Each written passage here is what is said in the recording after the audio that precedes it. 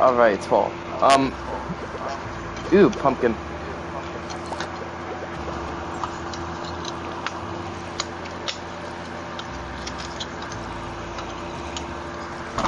By the way, we got 10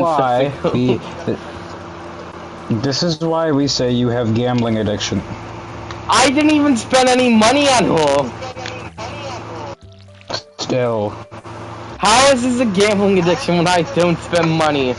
Guys, the simple nature of fuck it and then throwing money at. I did it as a joke because pity would build up for a character that I would actually want. Yeah, but I'm never gonna get a character I want before I get to 180.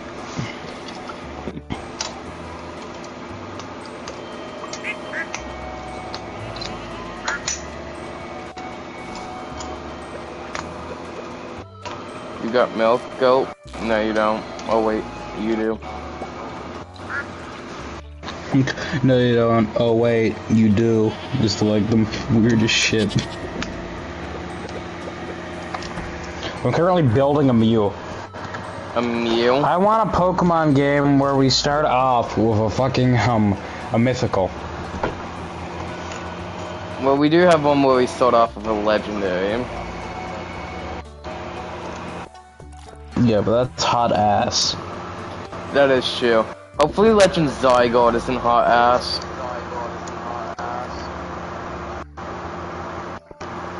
Oh, did you see the Mario and Luigi game trailer? Fucking legend. Yeah. I know about that, yeah. We, like, the day after we were talking about Mario and Luigi game, one gets announced. Yeah, that's what I was talking. Yeah, yesterday I was over at Stefan's, longtime friend. I don't know if you know Stefan, actually. Probably not. No, we were over at his, a bunch of us. We were having a campfire, I ate 14 hot dogs. Lost my voice from talking for over 8 hours.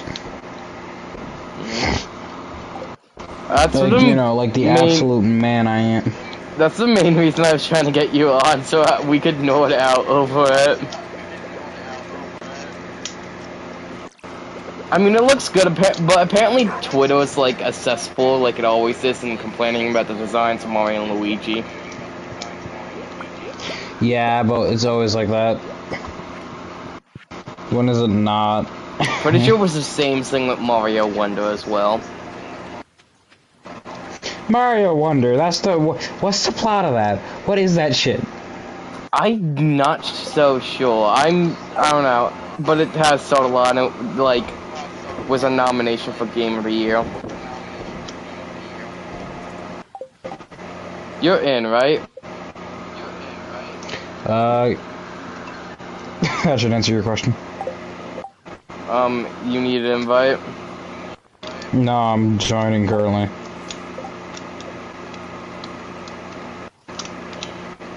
Okay, we just need a large goat milk. The feed things? We need to wait till winter. Vault. We have 10,000 gold, so we need to get some gold to finish off the vault one as well. Enchanters, we need a pomegranate, olive shell, duck feather, and red cabbage. Apple. What's the apple tree like? I don't know. It's growing. Yes. As opposed to not fucking growing.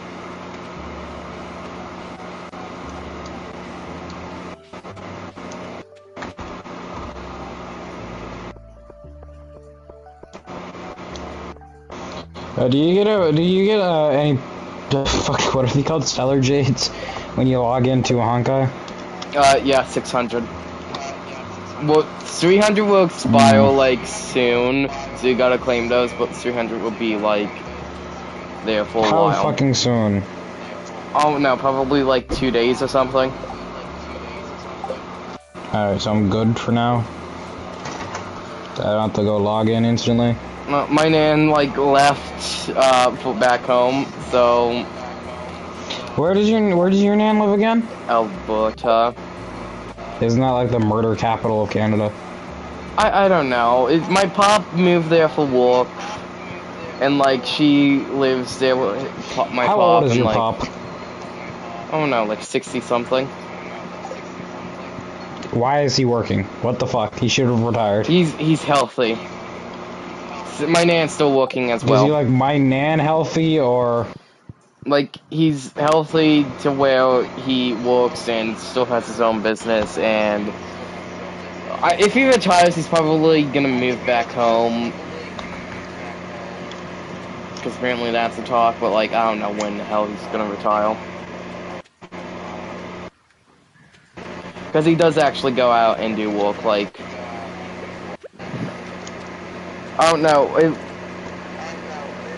My pop, who's the one who lost his wife, my nan, recently, I'm pretty sure he does work like on a computer. So like, oh no.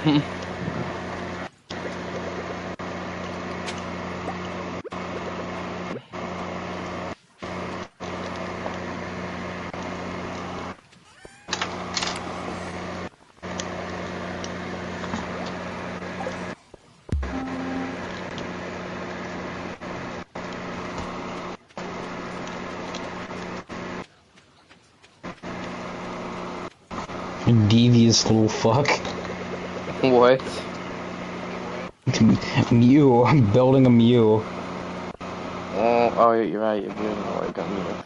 Oh, hello. Not Everyone. Lego, hard plastic.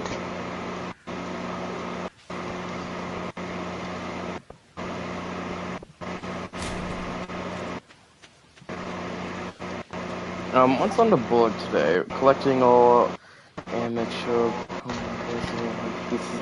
Why the fuck do you need bone gum for?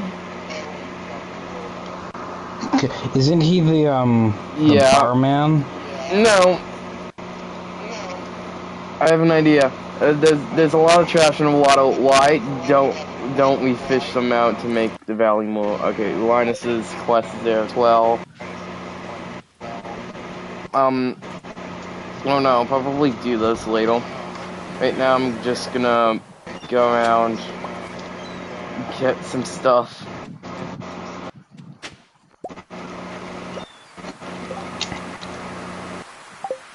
I need that, okay. Well, Devious little Mew.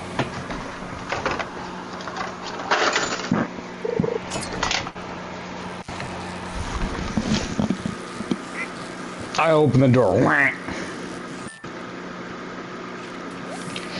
need to get a silo going. Wait, I can go upgrade my house finally. yeah, Jesus. I said we have like 10,000 goats, so you can go do that. Yeah, you said that yesterday. No, 2 I days said ago, that and then you today as instantly well, got I off. told you.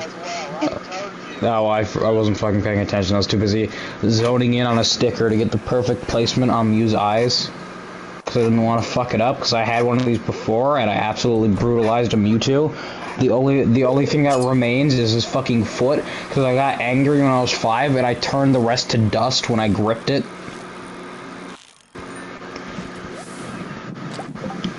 I'm just trying to get some fish. Alright, we also gotta build a fish pond because I got a rainbow trout, and we can put it in there for the chance of prismatic short. Robin's not at her shop. Yeah, you're probably gonna have to wait till tomorrow. Alright, we'll get it tomorrow. That means it'll be done by 21st. What we got, left in the community? Not a whole lot. Because I go through every fucking menu but the community one. We need large goat. Yeah, Winter. working on that. You gotta wait till winter, yeah. Yeah, most of our shit we gotta wait till winter and stuff. Check for wandering trader. We still need to get a rabbit's foot. That will be gone by now because it's night. Yeah, but if they're there, you should be there tomorrow too. If they weren't there yesterday, I believe they have a 2-day thing. don't know if they were there Monday or Stay. not. I don't really know. I'm gonna go check the quarry. I'm trying to keep money up so I can get pizza for Alex. So, the idea I have for your side is forgeables. I will do processing on my side, say like coffee. You can do wine in your basement. I'll do like coffee and growing shit. Yeah, for Wandering pizza Trader and wasn't stuff. even here today. Alright, well, shit then. Shit. That's what I gotta say.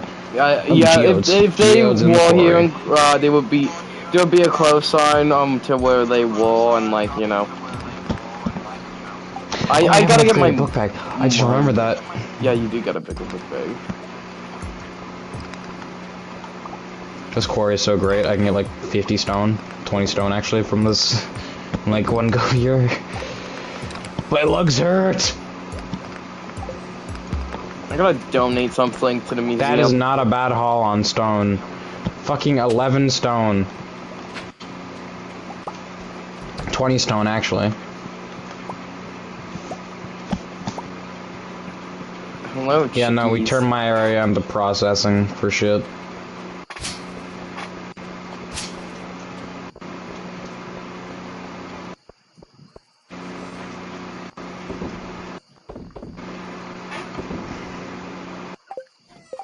Okay, let's just check my skills. Farming level 7, mining level 5, foraging level 6, fishing level 8, and combat level 5.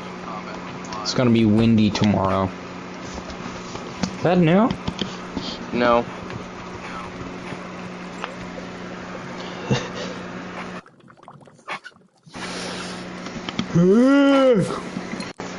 Jesus, that's a lot of pumpkin. I only sowed one pumpkin. I think we needed an orange. No, we don't need orange. We already got that bundle done. Oh, okay. Yeah, because we got it done with the goat cheese and like the sap. Oh, And the beet. yeah. And the jam. Yeah, we got that done. You almost went and the beach. It's gonna be clear and sunny tomorrow. Oh my gosh, she's asking for a pumpkin. As soon as I sowed one, what the hell? Well, you ain't getting one this time of the year, because it's fucking late.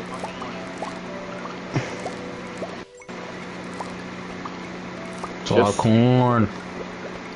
It's like Come day on down, 5 of throwing enjoy something some at corn. my Oh, you will roommate. sacrifice your newborn. Day 5 of throwing shit at my roommate until he guesses what it is. Ugh, what was that? A golf ball. Wrong. Corn on the cob. You ever seen that? No. Dude fucking pelts a corn at the cob at his blindfolded roommate. His roommate guesses wrong, he throws another one. Jeez. Oh, cool. I should sell the corn. Fuck. I'm gonna make some money off the corn now.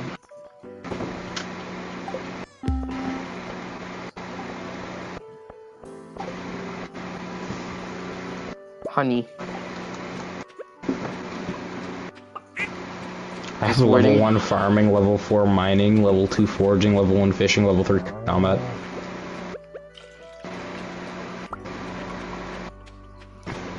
That's what I'm gonna be doing during winter. I'm just gonna speed run every fucking tree on this farm.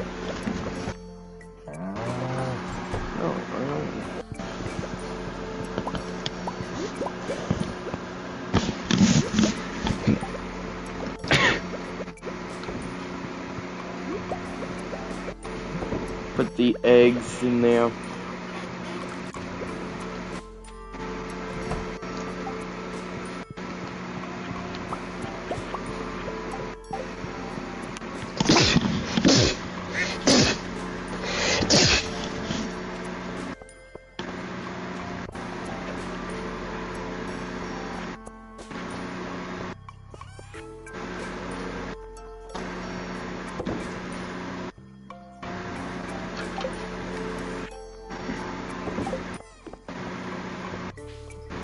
Okay, I'm gonna go donate something to Golfo.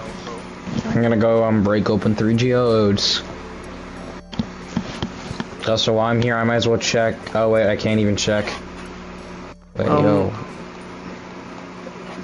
am I allowed to buy a calendar? That would be useful. How much would that, like... It's 2,000. Okay, it's not gonna hold us that much. Okay, I'm grabbing it. Calendars are actually really useful. I get a telephone next time we make a bunch of pay, so I can start checking what we need to upgrade stuff. We gotta, even when like, she's get the, upgrading. like, vault bundle done as well, so, like... Yeah, that's why I was asking, because we're coming up on the end of fall and going into winter. In winter, it's gonna be fishing and mining. That's gonna get us the most money, I think. Yeah, because we won't be able to make any plans, because... I can make the seed, like, sing, right? What's it called? This fucking thing, check. I can't. What foaming level do I have to be to make that? It's 9, isn't it? Because pretty soon we're gonna get this thing. My foaming's level 7. So who knows? Well, It I might have be 2 9, more might be iron 8. bars. Hang on.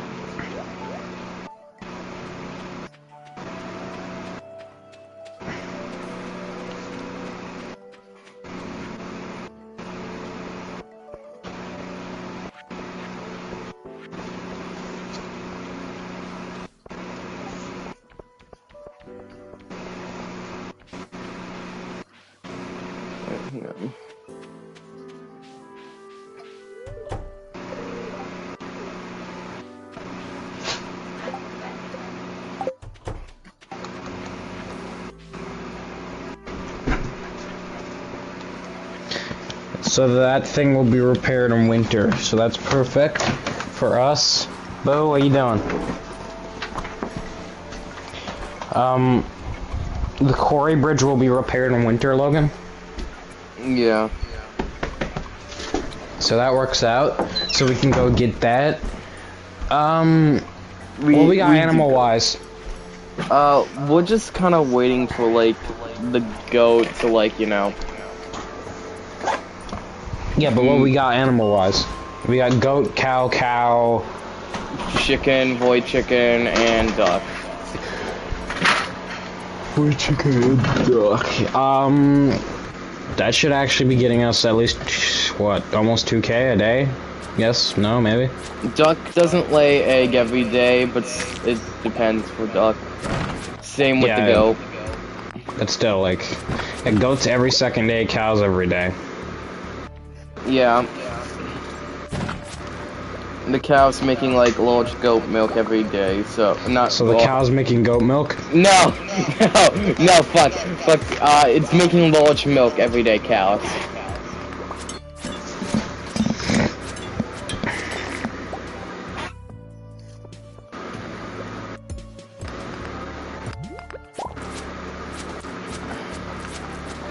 I'm in the mines to try to get my, mining level up and, like, you know, combat, and I'm gonna try to make some money by doing stuff in the mines.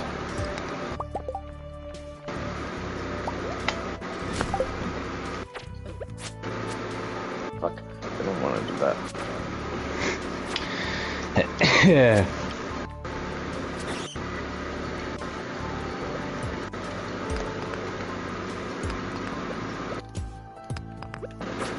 I've unlocked the Adventurers Guild.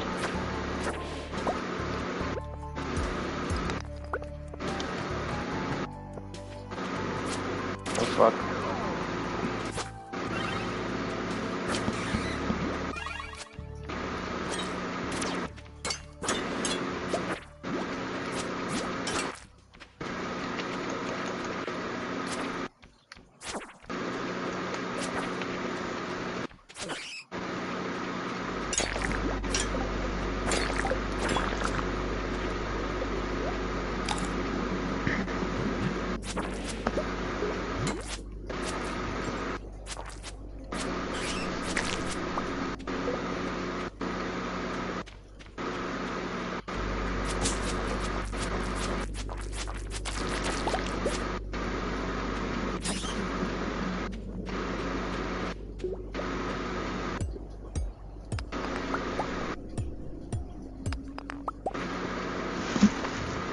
Just barely gonna make it to the museum.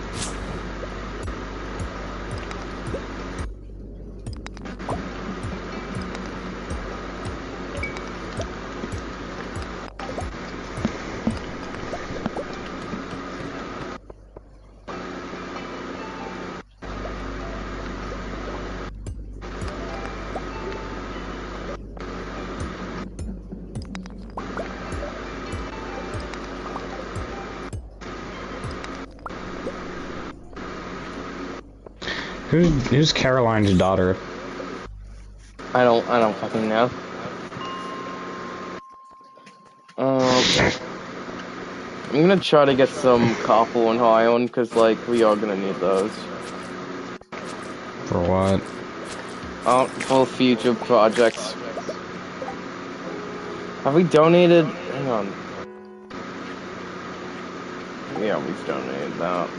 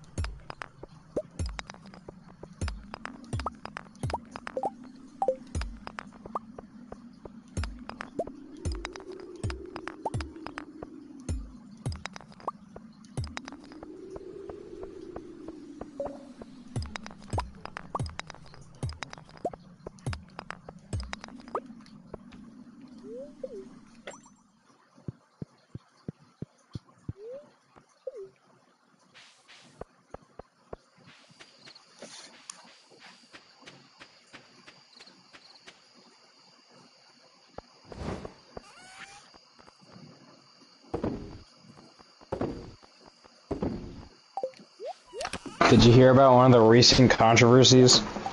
What happened to this time? A white guy is going around adopting black children in need, and black people are getting angry at it. Why? I don't know. So he's going around adopting black children? That are being abandoned. And It's not like he's going directly for them. It's like, he just finds them, he's like, alright, you're coming with me. He's just finding people and just adopting them. He's just saving kids. So what, does he keep them or find them actual good homes? A bit of both. Jeez. People are upset. I'm currently trying to find one of my phones. Jesus. Why I are got too people many mad? phones. Isn't that like a good thing? It is. It's just people are fucking angry for no reason. These are Twitter. people who are active. Okay, yeah, it's Twitter. Of course it is. There's a YouTuber that called out Moist Critical, Wendigo, and like several others who's claiming they're like Nazis and shit. And this guy's first response to try to back up his claim is, Wendigoon likes guns. Yes, so does every other American. Next question. Okay. And then he's like, he's friends with a guy that said the N-word when he was 12. I'm like, yep. Next question. Ever been to Newfoundland? Ever been in Newfoundland? Oh my god. It was like in Discord from like 17 years ago. I was like, alright, mate. He good or what? 'Cause, like, Everybody clowning on him too. Everyone's like, yo, an idiot. I don't know, I feel like it's rage bait, most likely. No, like this guy's genuinely passionate about what he's saying. Everyone's like, this guy's stupid or high. I can't tell. I don't know, it sounds like rage bait, kind of. It isn't. He's like wholeheartedly calling people out like this, trying to, or at least no one just believes him. Why is he just, I don't know. He's just stupid. Alright, I'm gonna spend the better part of like 3 minutes looking for my fucking phone.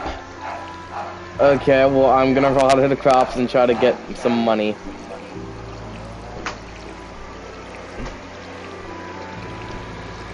Also, I got mining level 6, so. Okay.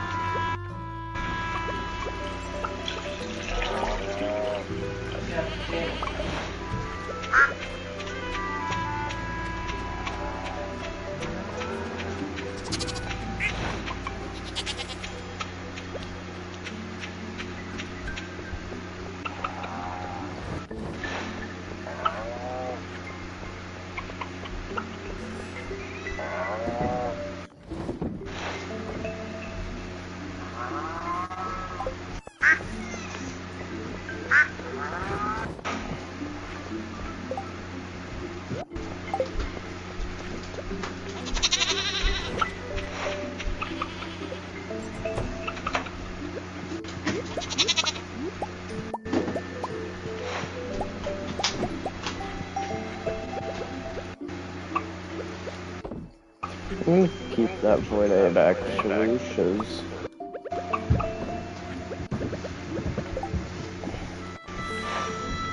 I don't know, I feel like yeah, it's better to keep the void egg.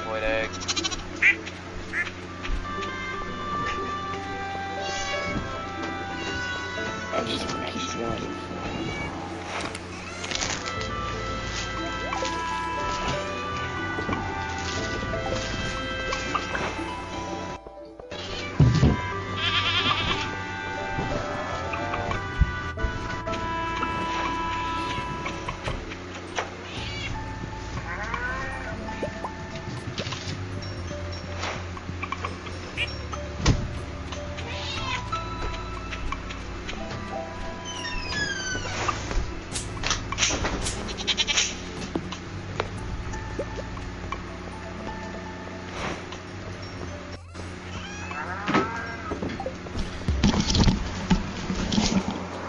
Alright, I found him. Okay.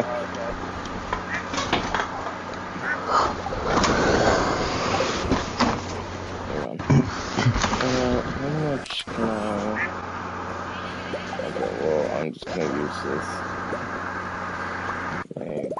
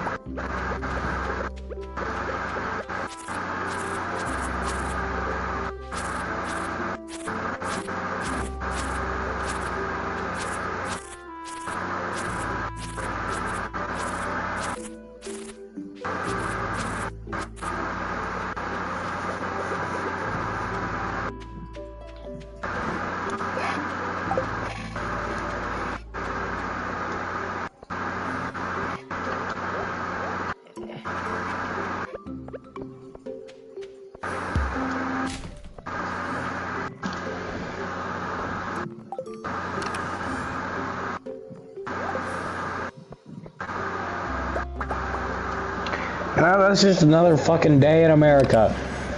Listen to this headline. Sniper smokes hostage taker through computer monitor. A dude was hiding behind a computer and got headshotted through it by a sniper. Ah. Dude really said, yeah, I'm gonna 360 you anyways. Jeez. What the fuck am I doing? Oh, yeah. I'm gonna go fishing.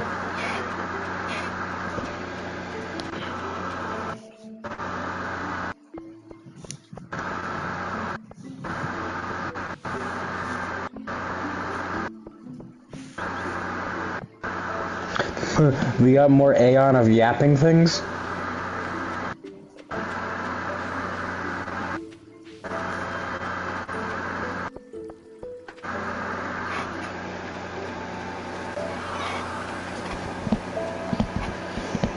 Gambling, alright. Come on, I don't know, I need help.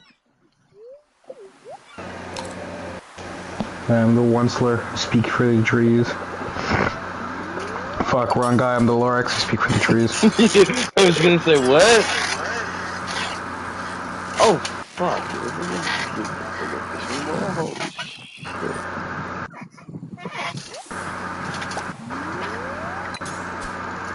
I'm just gonna do this and try to get a medium quality fish.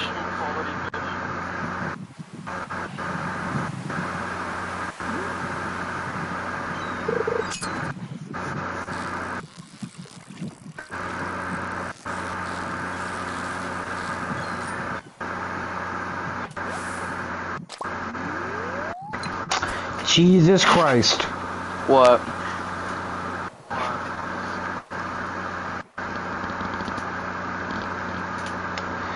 So, the Violin, you know that Pokemon, the Moth one? Yeah. There is 1, 2, 3, 4, 5, 6, 7, 8, 9, 10, 11, 12, 13, 14, 15, 16, 17, 18, 19, 20 patterns of the fucking Pokemon that you can catch. You're only now realizing this? Yeah. Do you know how many what's in one spindle? They're all. The cake? Yeah, I know how much of the cake there is. You mean the cake? But like that's the difference. There's steps for that. This is literally just go here, catch this, go here, catch this, go here, catch. Just like last night, every table said, "Hello, my name's Nino." And this is where weed comes from. All this is only 5 minutes after Gordon walks in the door. Nino, of course, denies what everyone is saying about him, and Gordon decides that he needs to go ahead and try the food. But while he's waiting on his food to arrive, he calls over the trash-talking brother Michael to ask some more questions about Nino. And the talk starts all over again, which leads to this fucking hilarious scene. My brother's bullshit. I'd be surprised if he worked 2 hours a day. What's the way your house? He doesn't have another job. Either job. Murder is legal, kids, as long as you don't get caught. Yeah, I'm okay, Gordon. You know that cliche joke in movies and TV shows where someone's talking shit about someone else, only to turn around and see them right behind them? It actually happens here. The way the camera pans over and everything is comedy gold. Apparently, Nino is pissed off about everyone talking shit about him, so he tries to convince Gordon that he's actually a hard worker and claims he cleans the whole restaurant regularly. But Gordon, being who he is, reaches under the table, pulls out a piece of old gum, and shows it to Nino, who seems to get more agitated. And then I just stuck too much in.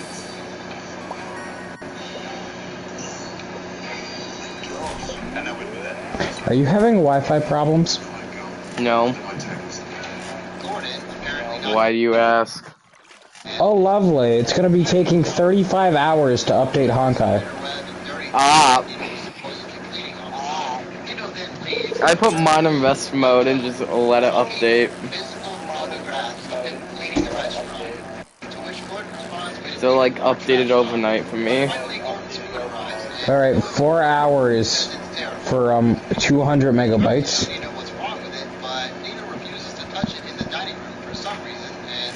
I still can't believe I got 5 like first try by complete accident.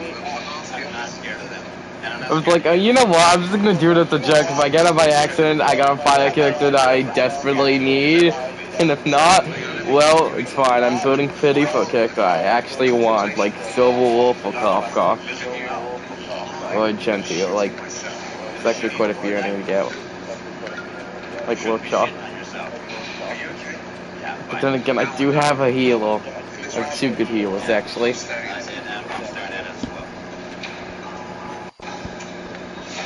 part cracks me up every time I watch it. Nino has this expression like he realizes that the insult he just made makes no sense at all, and he can't back down from the argument, so he's just pretending like it made sense. And Gordon is just sitting there with a confused look on his face. But after that tense standoff, Gordon calls a meeting and absolutely rips Nino and the food to shreds. And the second Oh yeah, Spirit's Eva soon. complaining about how Gordon was out to get him from the start. Yeah. Prompting his family to go on yet I have news. Okay. FNAF AU guy I don't think is sick anymore. I think he's back. Cool. That guy turned his head so fucking fast, I think I heard his neck snap. Next is the part of the show where Gordon watches a typical dinner service, and it's predictably a train wreck. But not only does Nino refuse to hear any criticism, he also hardly does anything. Okay, so Nino just continually stands there, and that's the frustrating thing right now, because I look at he's like in my right peripheral at all times. Wait. What is the ring you got on? Is that a Finds several things wrong with it. glow ring? Nino, another ass ring. Yeah. But Nino just makes excuses and says he's not allowed to make the necessary I like how your area is just organized, and I have this industrial complex growing over here. in order to try and get it to show that he actually cares about Well, I try to keep things where they are so I know where they are. It's gonna rain tomorrow. Yippee! I don't have to water the crops. Oh, level 8 farming, cool. Nice. Jesus. I like- need level 9 to get this thing, actually, because I got the keg. So, Yeah, I know. I got level 9 fishing, though. You're about to start getting the angular perk, aren't you? I think. Oh no, I've been doing better at fishing than James. James might get Wi-Fi back in August. He's gonna miss out on summer. He's gonna miss out on summer, oh my god.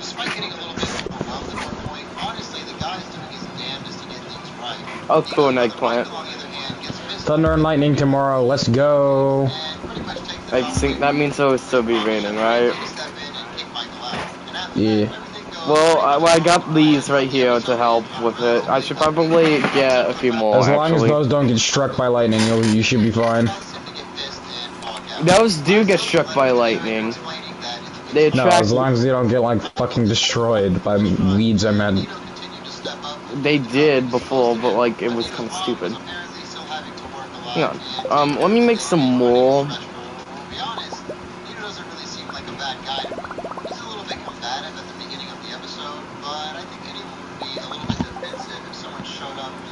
I'm just gonna make some more just to be careful, because like I'm actually gonna do some de-weeding today.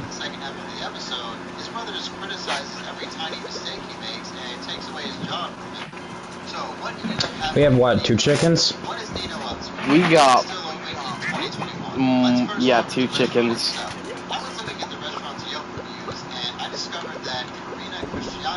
So we get what? 360, no, 380. Hello, cows. There we go.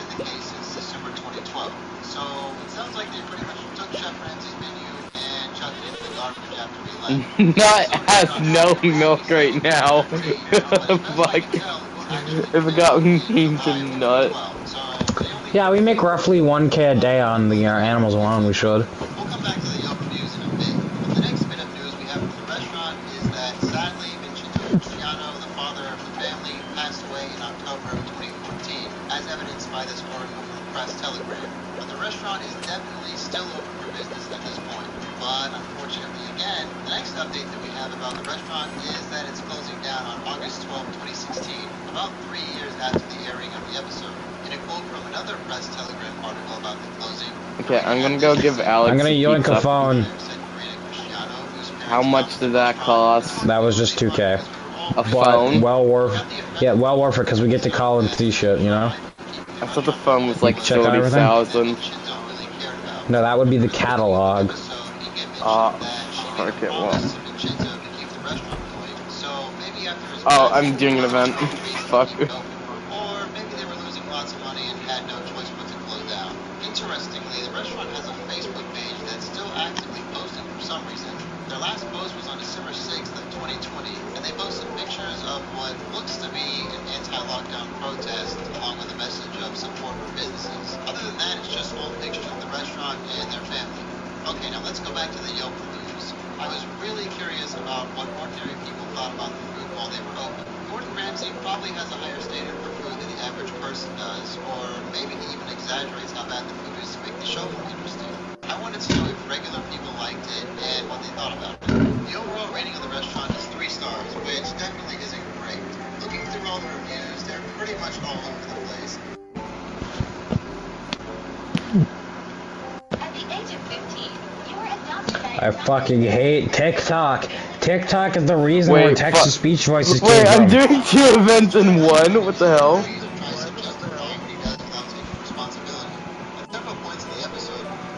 What? So Stardew is fucking coolest. I had to wait to put the calendar up because I have no room left in my fucking house.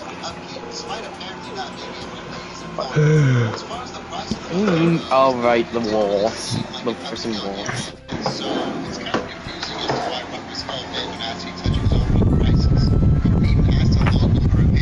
Okay, cool. I can now do him stuff. I don't think the apple tree is going to be grown by the winter. Yeah. It's been going slowly up. This is pretty much a staple of these shows.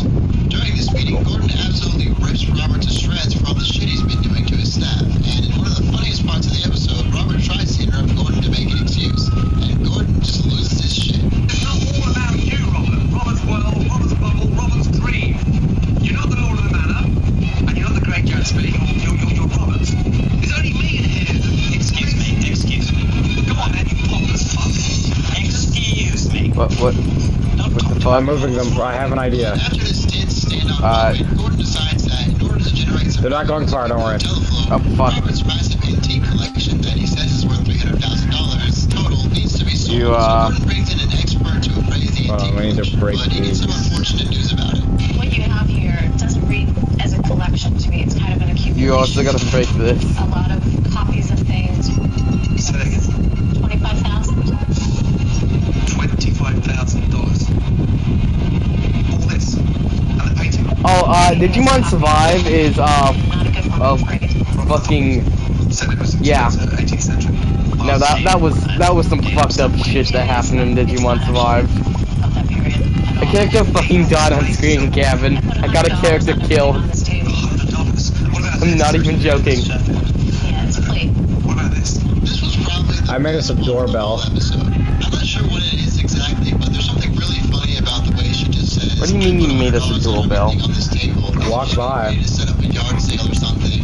I guess because we finally see Robert's ego get deflated a little bit when he finds out his prized Okay. antique collection is mostly junk. I'm by no means an antique expert, but I feel like I've seen most of the stuff Robert has in his. I love how I say I got a character killed and you pay no attention to it.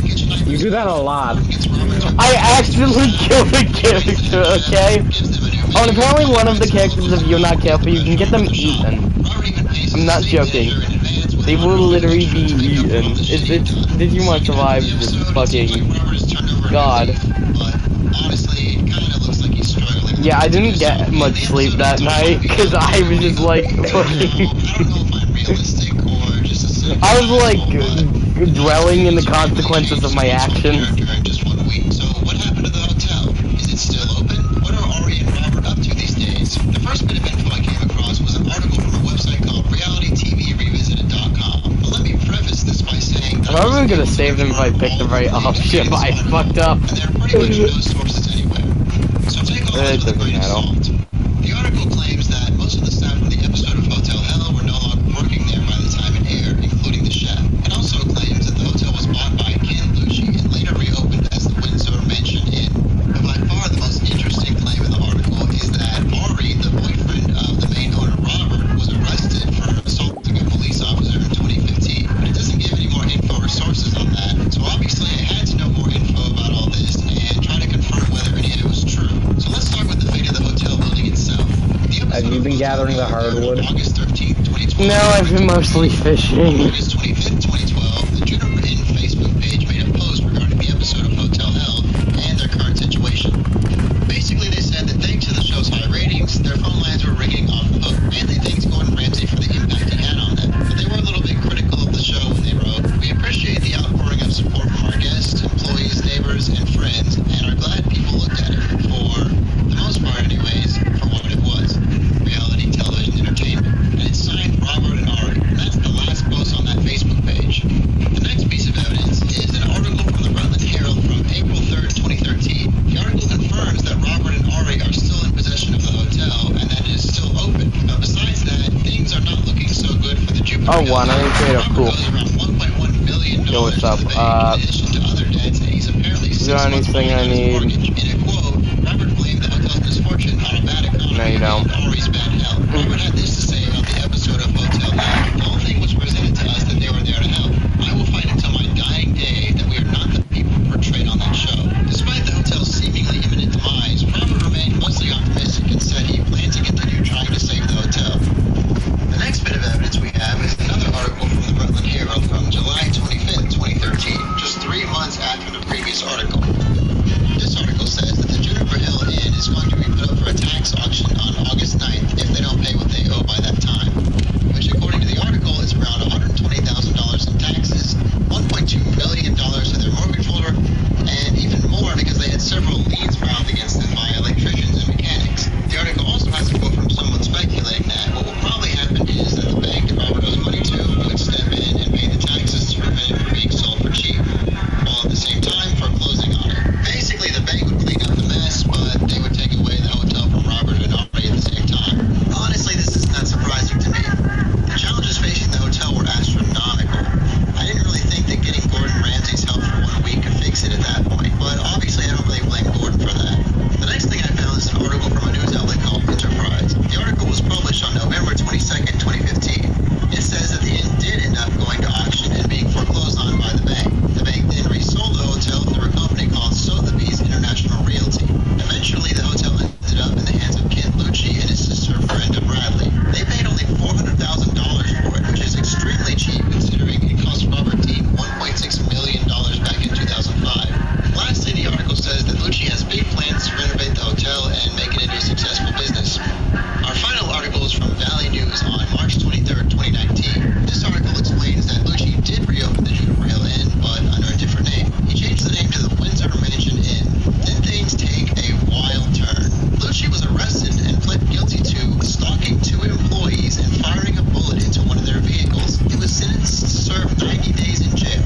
What is it with this hotel and having horrible bosses? Following the arrest of Lucci, the hotel ended up in the hands of Brenda Bradley and her husband James. Honestly, the way this article was written was a little bit confusing to me, but from what I gather, at the time of writing it, the Windsor Mansion is up for sale again, and there's a prospective Oh, cool. We got a buyers wine. speculating to be a company I'll called get that in that pill bundle. How'd you get a fucking wine? I was actually Wine keg. listing for the property, and it Oh. most of what I found in these Remember? articles, but it You does set the have plant some that, that. and like, you know. Yeah, no, I fucking forgot about it for a bit there. I was like, what the fuck? He was fishing last I looked. I was actually just going around getting stuff done. I assume it wasn't because it Robin has moved me in my sleep. that I mentioned earlier, it says sold instead of listing removed. And that's about all we know for Just sure moved about the you. ownership of the hotel up until this point. It is, however, open for business as evidenced by this TripAdvisor listing. This room costs $139 a night, and the reviews for the hotel are pretty good as you can see.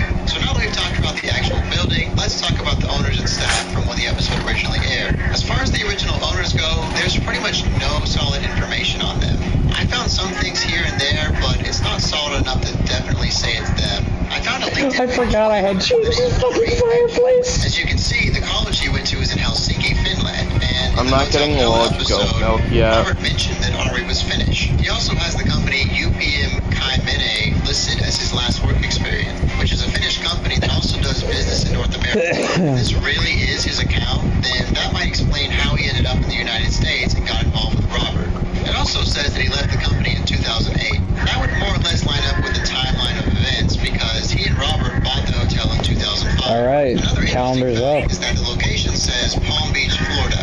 Remember that for later. But ultimately, we really have no concrete proof that this is really his account. It's not very hard at all to fake a LinkedIn account. I also found a LinkedIn for Robert Dean that has manager of Juniper Hill Inn listed for his previous experience, but again, we have no way of knowing if it's really him or not. I also found some Facebook and Twitter accounts with their names or similar names, but again, there's really no way to determine if they're real. So now let's talk about the claim that Ari was arrested in 2015 for assaulting an officer. The only thing I could find regarding this was a I fucking knew you were out here because I heard the ding. called arrestfacts.com. If you click on the link, it takes you to a page with the mugshot and some basic information about the arrest. I've never heard of arrestfacts.com, so I really can't attest to its trustworthiness. But I wasn't able to find anything else about this arrest through Google searches, which makes me doubt its authenticity. One thing that could possibly lend some credibility, though, is that the arrest was supposedly made in Florida, which, if that LinkedIn profile really was Ari, it might make sense. Or it could just mean that someone else found the same info I did and wanted to make it look convincing. What little I did find about the supposed arrest of Ari either had no sources or linked back to the same arrestfacts.com page, which makes me think that whoever wrote that realitytv.com article probably just saw that mugshot and took it as gospel. And that's pretty much all the info we have on the owners today. It seems like they pretty much just disappeared off the face of the internet. Oh, Honestly, I Gavin, don't really did you believe know them. I don't the really know same how person who accurate it voices was. They were Jeff in definitely not shown Family in a good Guy light in the episode. actually And while doing voices research for this Glumshakes video, in I saw Skylanders that to Academy. this day there are still people going to their Of home course. accounts and blasting them for what You they knew do to their this? staff. There is one person That from the made show that we sense. will find at least a little bit of info on, though. Chef Okay, for Enchanted Fun, we just need rabbit's foot and pomegranate. Trade in the sect library. I've been under Shifu. The Kitchen Nightmares series is no stranger to dirty kitchens and restaurants. Many restaurants on the show have old moldy food in their walk-in freezers, raw meat right next to cooked meat, and dirty surfaces everywhere. One of them even had an actual live pigeon flying around inside the kitchen, but this one, I think this one is probably the absolute dirtiest kitchen from the show. I'm talking rats, roaches, flies, all of it, in addition to rotten food and everything else. This was an episode that allegedly completely destroyed someone's career to the point that they tried to take legal action to prevent it from being aired on TV because of how bad they looked in the episode. The restaurant I'm talking about is The month ends on the what? 28th? Gordon comes in, tries the food, I and gives us some don't really know. harsh criticism. Not exactly a Indian classic, is it? It looks like a dehydrated turd. 28th, yeah. Maybe you're wondering what kind of food does a restaurant called Dylan's actually serve? I definitely was. And herein lies the first problem with the restaurant. Demetrius Martin, is the actually a pretty general fucking manager, bad describes the character food to they serve Stardew. by saying, this is an American-Irish restaurant with an He pays Indianness no connected attention to to it. Sebastian But, whatsoever. as customers, I think we all And intuitively then once, like, if you do understand marry that it's important to Sebastian have in a the clear game, like, identity in he will terms think of of, what like, type of food you using serve. Sebastian's Olive room Garden to, has like, Italian food. Papa John's expand has his pizza. laboratory. Imagine if Papa John's Yep. was an Italian Korean barbecue Yeah, he's restaurant a with pretty an terrible Irishness to it. character. Not only does it confuse people as to what they actually serve, I'm but pretty it sure that's really why a lot doesn't of people, inspire any I don't know, I'm confidence pretty that sure the he's types of hating food that they Stardew's do fandom, serve I will don't be know. done well. Usually That focus me on one and it blocks people from marrying thing Robin. really well. Not try to open a school cafeteria that Yeah, a lot of serves people 5 like types of mediocre Robin. shit. To make things even more confusing, there's I mean, not I don't one, blame but 3 them. different I managers understand. in this tiny restaurant, all working under one owner. Yeah. There's a floor manager, a general manager, and a operations manager. This really just sounds like they all do the same exact job, but wanted different job titles. On top of that, there are 2 different chefs working in the same kitchen because the chefs cooking the Indian food don't know how to cook anything else. Basically, if someone orders something from the non-Indian menu, this manager that looks like he's from the 1920s goes back in the kitchen and cooks it for them. Given all of that, it's not really surprising that the food was pretty shit. Another huge problem is that right from the beginning of the episode, the show points out how many flies there are in the restaurant. Even while Gordon is trying to sample the food, he complains about the flies bothering him. To be fair, depending on where you're located, it can be pretty hard to keep flies from coming in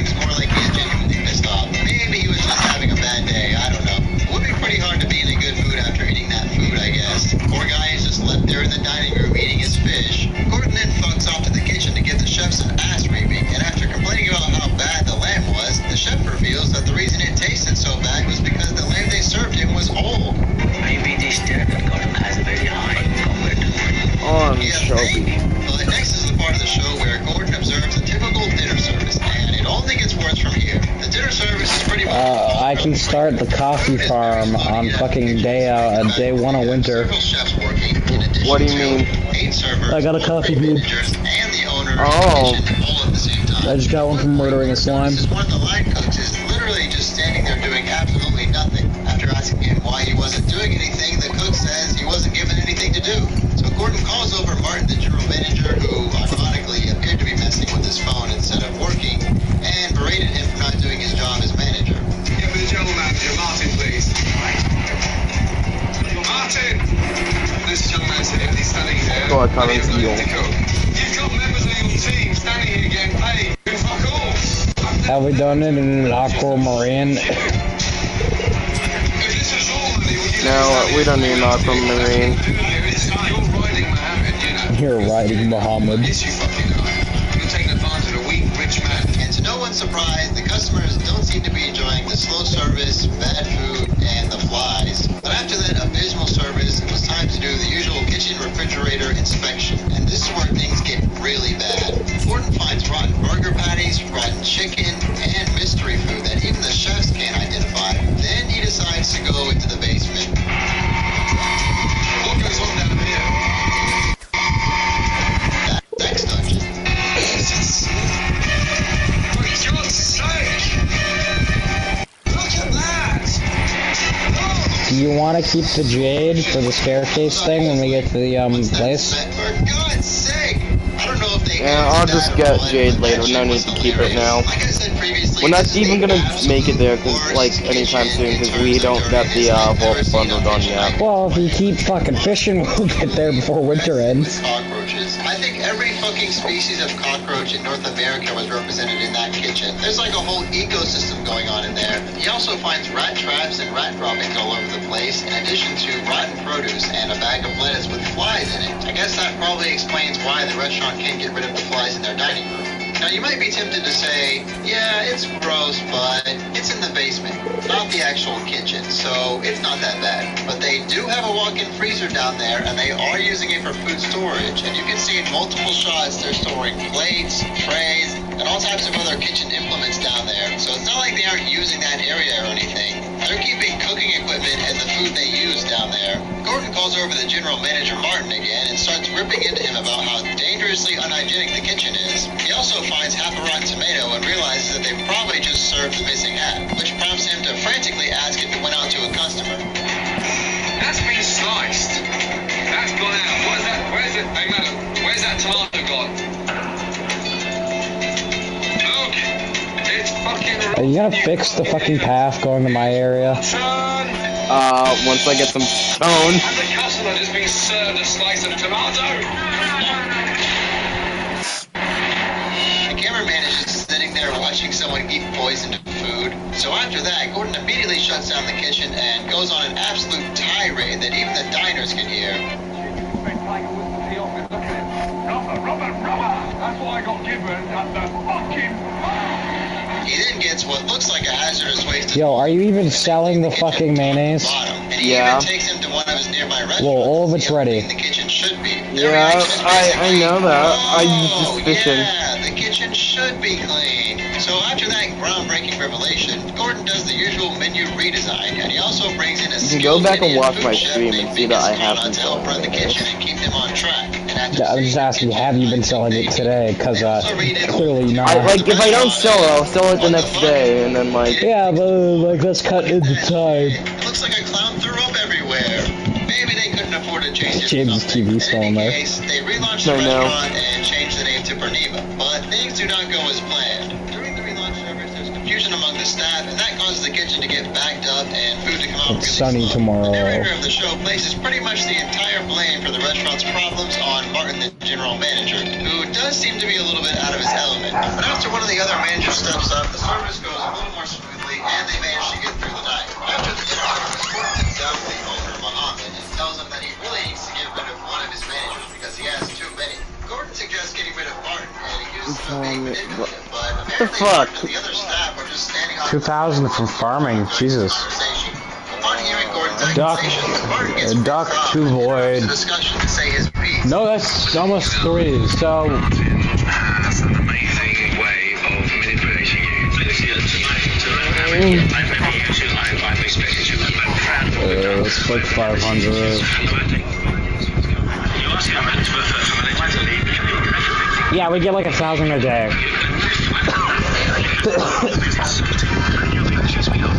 nothing to be guilty of. Nothing.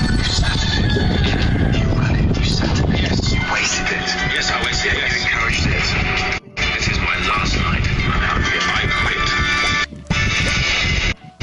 So, for some reason, after this huge confrontation, Martin decides to quit. Windy tomorrow. Storms are brewing. He was mad because he thought Muhammad would fire him, which is why he confronted Gordon. But Muhammad might not have fired him. If he really wanted to keep the job, then why did he quit instead of waiting to see if he was going to get fired? Gordon was definitely really hard on Martin. These are going towards the But without having been there, boat. it's hard to tell if any or all of the There's like criticism was several in the deserved. There are chest. a Go lot of look. clips I've been of storing them. Yeah, no, I'm just gonna take these ones for the boat. In case something happens to that chest. I don't think we can even get the boat until we finish the community place. Yeah, I know. That's why I'm saying taking these for the boat now. About what happened to the restaurant and its employees after the show. First, I think we have to talk about Martin, the general manager that Gordon heavily criticized. After either being exposed or made to look like a bumbling idiot on national TV, you know he's going to try and take some kind of legal action. And on June 19, 2007, Martin filed a lawsuit to try and get $3 million and an injunction to stop the episode of airing. Now, I'm obviously not a lawyer and I don't have any legal education, but I read through all the legal documents I could find on the issue, and I'm going to try my best to break it all down. The entire complaint was 61 pages in total. So what did Martin accuse Gordon of doing? This is where things get a little bit wild. I'm going to paraphrase a little bit here, but basically Martin accused Gordon and Kitchen Nightmares of faking a lot of the show, setting up an elaborate scheme to frame him and have him fired, and even assault. Yes, he accused Gordon Ramsay of assaulting him during the show. Let's start with that. The complaint reads, on April 8th, 2007, while producing The Dylan Show, Ramsay put his face several inches from one of plaintiff's ears and screamed into the plaintiff's face, "When I go for a shit, you are the little bit of shit I just can't get out. I really wish that part had made it into the final show." It continues, plaintiff had learned prior to April 2007 that Ramsay was a martial arts expert and had served in the British Special Forces and had the skill that the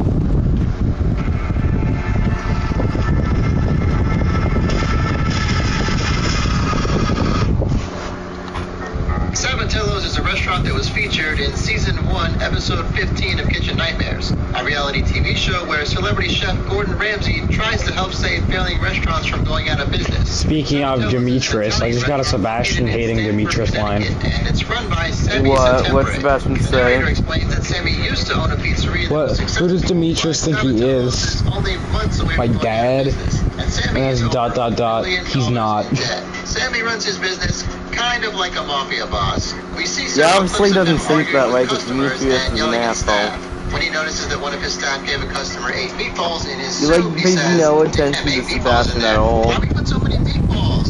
What is he, a friend of yours? Made you guys go bowling together?" And we also see a clip of him disregarding a customer's I mean, complaint. Demetrius is Telling them, Robin's "If you sword think of of something marriage, else to so like, complain about, please get me all the Jesus, I thought it was second. But Sammy No. is extremely confident Fraud. in himself and the quality of his food. He says in a cutaway, Robin's been going Eat a through. large goat milk. "Superstar, they come to Sabatello's because I'm a superstar, and that's what No, I we don't need." got a So large it's goat all milk about yet. We're just I said waiting. we need it, and we need that winter portable.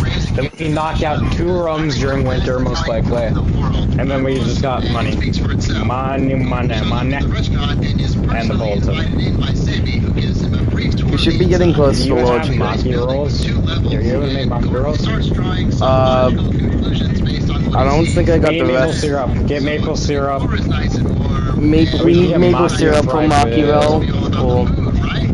No, we need maple syrup for chef's bubble.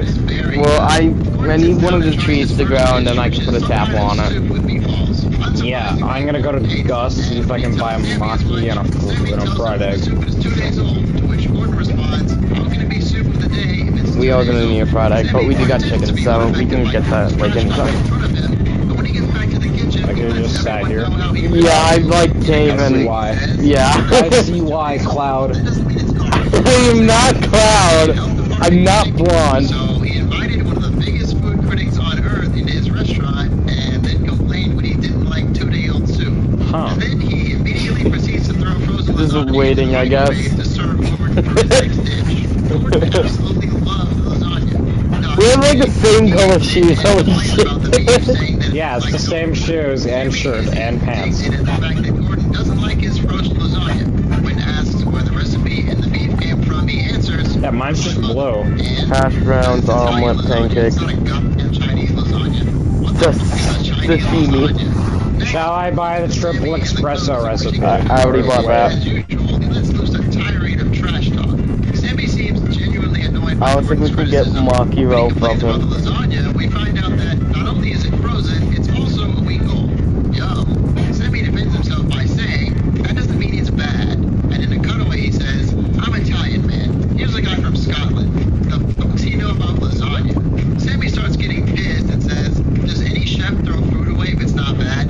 Answer that, Mr. Ramsay. To which he responds, every fucking chef I know makes lasagna fresh every day. Sammy refuses to accept Gordon's critique and says, I can't believe you're telling me my food sucks. I can't believe it. I honestly think you're out of your fucking mind. There's nothing wrong with it. There's nothing wrong. I think you're a little too critical, overcritical. Gordon leaves the kitchen to get some fresh air, and once he's gone, Sammy says to his staff, let me tell you something, man. For a guy to talk like that in front of me like that, I can't believe it. And he's still alive, and we didn't shoot him, fucking kill that guy. And in a cutaway, he says, this guy is out of control. I think someone needs to put him in line. He's threatening Gordon Ramsay's life? What the fuck? In the next scene, Gordon starts going through the kitchen to see how Stamatello's operates. And while he does compliment them on having a clean kitchen, he also finds a drawer full of pre-cooked food just sitting around. And even worse, raw meat right next to cooked meat. Gordon picks up whatever that is and says, what the fuck is that? And why is it cooked?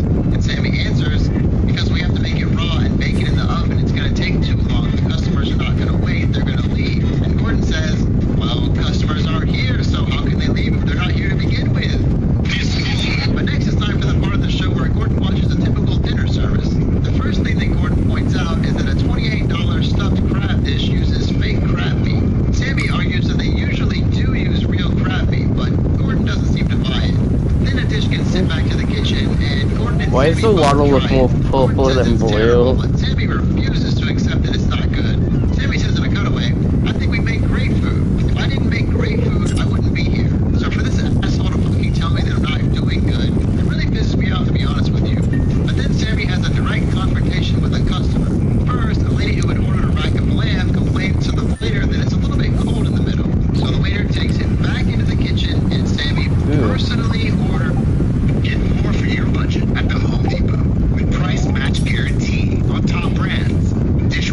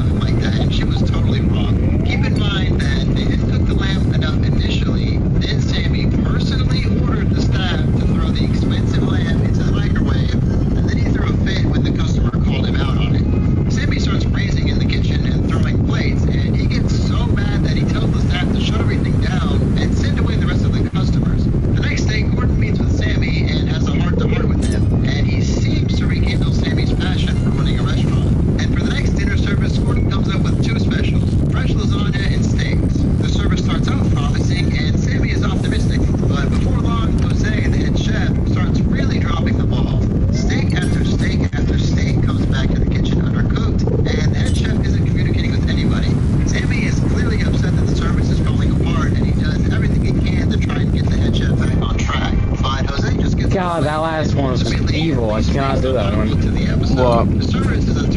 I gotta do Junimo card. Are you trying to get the Junimo plush? I might as well try Junimo card. I haven't played it I yet. got really close to beating Junimo Co-op, but then like fucking shit happened. They didn't do anything to the decor because, as previously mentioned, it was already a nice building. At the start of the Junimo Co-op is like a whole game. but not long after they Oh, started damn. Alright, I get how this is and the other played. kitchen staff started really struggling, and this just started Yeah, it going takes a back while to the beat Junimo Co-op. Sammy does his best to try to motivate the staff into doing a better job. Oh, I hate that jump. By the way, it's 9:40, so like you should hurry up. Sorry, I'm about to die. He's really pissed off, and the whole time he's mumbling about Pedro how he should Pen. really Oh get fuck, you that himself, thing's in my head. with random insults thrown in like sucker and Alright, I died. sucker. Despite all the confusion, it does seem like Sammy jumping behind the line helps, even though his staff continues to struggle. In a cutaway, Sammy says, "Thank God that my kitchen Fuck, guy it's is in my around head. and he bombs Get on out of us. my head. We would all be in danger." And despite the fact that a lot of dishes came How do I back, escape this game? wait for their food, when the Press every button until you find the escape button. and after struggling through the service, Trust me. I found a way to pause it. and that's how the Yeah, and you should be able to exit the game from there or like something, I don't Nope, know. there's nothing there. I thought he was completely full of shit, but after seeing that last dinner service, There is a way to exit the don't get game me wrong, there and were save your progress as well. wrong as well, but not they that really hard. seem to be struggling in that last service. But maybe I'm being too hard on them. I've always wondered how much time kitchen staff actually have to learn a new menu for the relaunch service. In this episode, the segment where they make all Alright, the I'm dishes booting my way over to you guys. on the table was Okay, shot well, just I've 3 hours before the relaunch finished what service I need to do. So, I fished, and I fished, and I fished. on camera, or they've seen an entire And pissed. menu for the first time and were expected to learn it all in 3 hours. Despite Sammy's threats to fire Jose and the not so great job he's going to do in the episode, there was no indication that Sammy let him go after the service. Though I guess it doesn't matter much either way if the restaurant doesn't stay in business. So, did they manage to stay open? Normally at the end of each Kitchen Nightmares episode, after Gordon says bye to the owners and everything, the narrator gives a brief update like business is up 20% or the restaurant is getting back on track. But I noticed in this episode there was no recap at all, and now I know why. So let's start with an article from NBC Connecticut that I found that gives more insight into how We have going on in the show. 5 days left. Quote Sammy is saying, "It did hurt me when we were filming. He gave us a few dollars to close for the week, but it wasn't enough to compensate us for the business we lost," he said. "I was a little disappointed because I thought we'd get more out of it than we did." When asked if he'd go through the closure and filming again, Sammy was torn. "If I could do it all over again, I don't know," he said. "I've had a little mixed emotions because I thought they would give a lot more, give more money for being closed, give me a new awning, give me a new stove maybe. They often do that kind of thing, but no, not for us." And things were not to go well for Sammy after Kitchen Nightmares. As far as I can tell, the episode aired on TV on either the 12th or 13th of December 2008. And according to this article, the restaurant closed down shortly after it aired.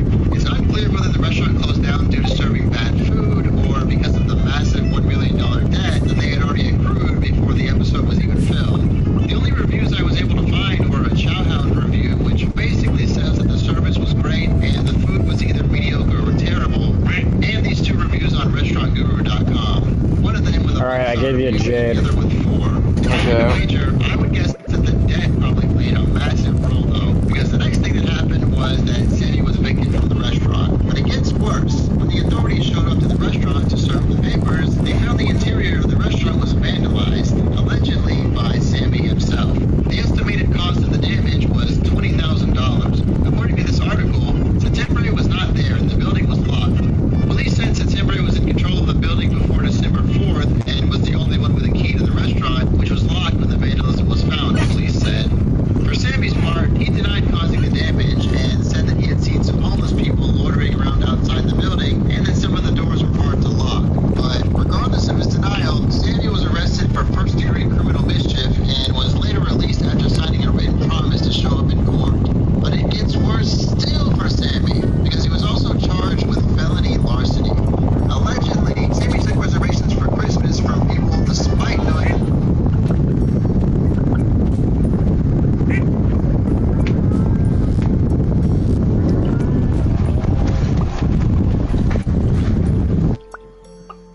What the hell?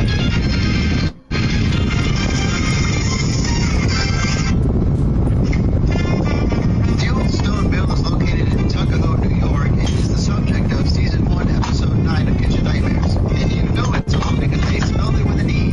Actually, the restaurant is only 4 years old, but apparently the building itself used to be an actual mill until it was bought by the current owner, Dean, and turned into a restaurant. Dean explains that he's invested a lot into renovating the place. Not only did he fund the whole thing himself, but he also did all the renovation work to turn it into a restaurant, except for the electrical work. What the frick? And he's also very confident in himself, or arrogant, depending on how you look at it. He says in a cutaway, "I don't believe there's a better operator or restaurateur than me, but no one's coming in. There's gotta be at least a couple." And there's also a clip of Dean absolutely flipping his shit and screaming at his kitchen staff. The head chef Mike says, "My boss Dean, he's a pain in the He has come in and screamed at me. It's horrible. It's absolutely horrible." Although admittedly, it's very clear that the audio clip was cut and spliced together at certain points, hopefully just to make it more concise and not to misrepresent the truth. Also, this is a pizza place. They have a big-ass pizza meal back there and like 10,000 gallons of tomato sauce. I thought it was like a sit-down restaurant or something. There's also some clips of the staff complaining that the food is bad, but in a cutaway, Dean says, "I We eat need my food 200 and my stone family to eats get my rabbit. food, and I think it's good." It's also revealed that there's an assisted living facility really We need close by, 200 and it seems like stone. older people make up the majority of the Yeah, I residents' have customer base, 82, which so probably isn't great. I'm gonna go a bit mining a Not known bit. for being liberal with their money, but even still, Well, they are I'm getting gonna enough try to customers keep to fishing, So let's 'cause I'm find gonna out need Gordon can money. fix this restaurant's problems and keep them in business. Gordon shows up to the restaurant and immediately comments on how nice the building is, and he's absolutely right. It's a really nice building inside and out. After a cordial introduction, Oh wow, it's 8 p.m. Gordon sits down to order some food. He gets a crab cake and a shrimp cocktail. He doesn't like either of them and complains that the crab cakes have a sour mayonnaise taste. Next, they bring him this, and he says, "What is that?" Yeah, what is that? Apparently, it's supposed to be a salad, and Gordon makes fun of the fact that they used a damn funnel to shape it, and asks if the chef was a mechanic. So far, Dean seems disappointed with Gordon's criticism, but in general, he's taking it relatively well. But his frustration does seem to be building. He says on a cutaway, "You know, this is my house. He was in my house, and he was embarrassing me." The next dish he gets is, tilapia. And he says, "Looks like someone's had his shit in a bag and stuck it in the oven." And he doesn't like it any better after actually tasting it. It's the same with the risotto that he gets next. After trying everything, he asks Dean to come over to his table, and he individually destroys each dish to Dean's face. He says, "My 8-year-old daughter could cook better than that, and honestly, your food's crap." Dean says in a cutaway, "Probably from anyone else, I would have threw the table over and threw them out." I was pissed, real pissed. I wanted to take the plate and smash it on top of the chef's head, but apparently he resists the urge to do so, and next it's time for an awkward sit-down with Dean and his wife, where they discuss the restaurant's financial problems. Gordon starts asking if Dean's wife even knows about the restaurant's problems, and Dean reveals that he hasn't told her anything because he doesn't want her to worry, but, she's gonna find out one way or the other. Gordon starts hitting them both with the hard facts of the restaurant losing money every month and the potential for Dean and his family to completely lose their house. And Yo, do we have Dwarf Scroll 3? When directly questioned by Gordon, What? he admits in front of his wife that We have he's Dwarf around Scroll 3. $500,000 in debt. I And it's don't clear think that so. He's very ashamed as a husband and father that things aren't going well. And then his wife starts crying, and Gordon's like, "Please don't get upset." Gordon's like, "You could lose your house, your livelihood, your dream, your marriage, and be in massive debt very soon. Please don't get upset." I don't think Gordon has a future as a therapist. But next it's time for the part of the show where Gordon watches the typical dinner service to try and figure out where else the restaurant is going wrong. The first thing he notices is that there is only one person in the entire kitchen. That causes food to go out really slow, and it's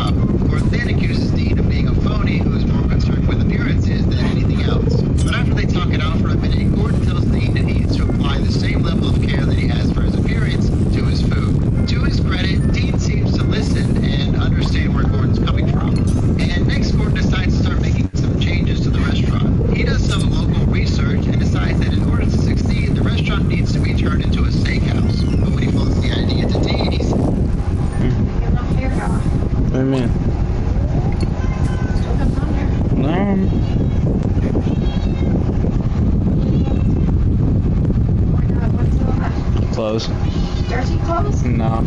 Socks? The socks, maybe. Shirts. Alright, I'll do it. And you put socks on and you put it in the door.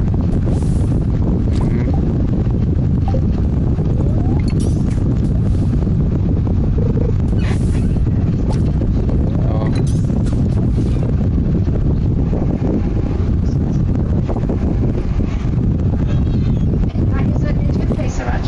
I will.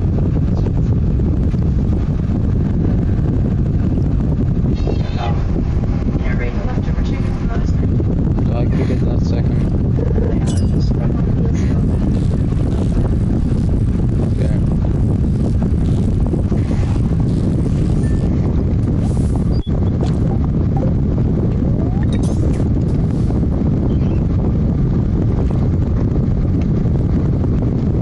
Well, that's not how you fight a ghost. You know what I just did, Logan? What'd you do? So used to my sword being next to my pickaxe, and I just watered a ghost. Okay. Twice.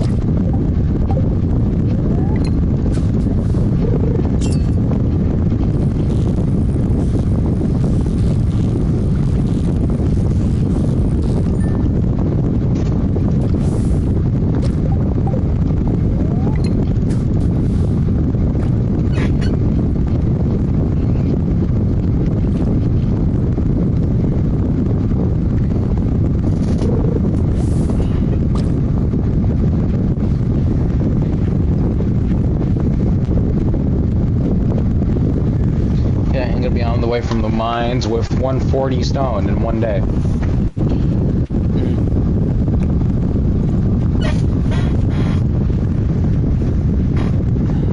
And I'm bringing 13 iron with me, Okay. and a bunch of gems. And a dwarf scroll.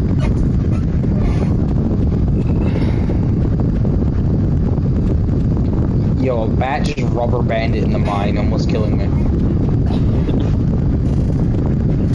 Because it hit me like 6 times.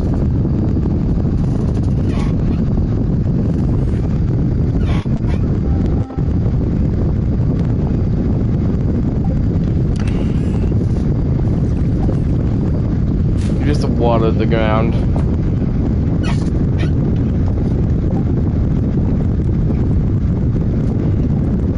Oh, Machiavel. Okay, we need any. Okay, wait. For Machiavel, we need fish, any, 1 seaweed, and 1 rice. What are you doing? What the fuck is wrong with you? I just stood there until you were gonna like say something. I saw That was you the doing whole, it that was the whole the. plan there. You haven't snelled the goat cheese or the mayonnaise. Look, I've been busy fishing, okay? Oh, cloth. Cool. Boop.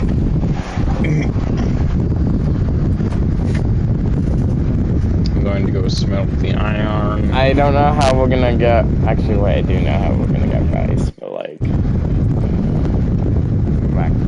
We need rice. We gotta wait till next. We gotta wait till spring of next year to get rice.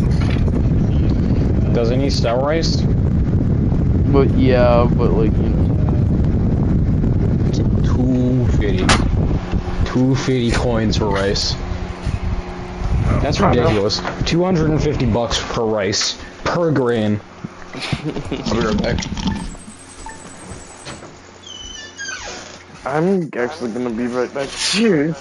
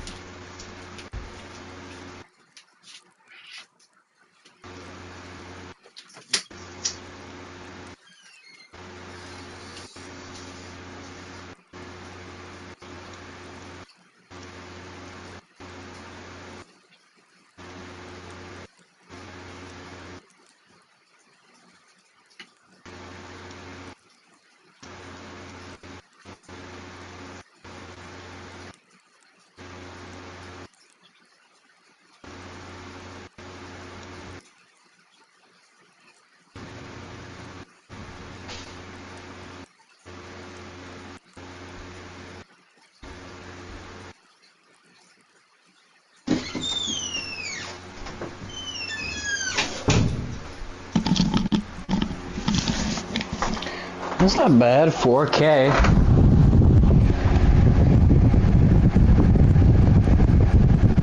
Says, I'm fuming. I'm not insane. I had a vision. You cooked a simple fried rib. That was your resurrection of the place, was a simple fried rib. And Gordon responds, hey, I've got 12 successful restaurants, highly profitable, and you, my man, missed out on a freaking trick. In a cutaway, Dean reiterates the flawed way of thinking that so many owners on the show have and says, I can't afford to make many changes because I can't afford to alienate or lose what I have right now.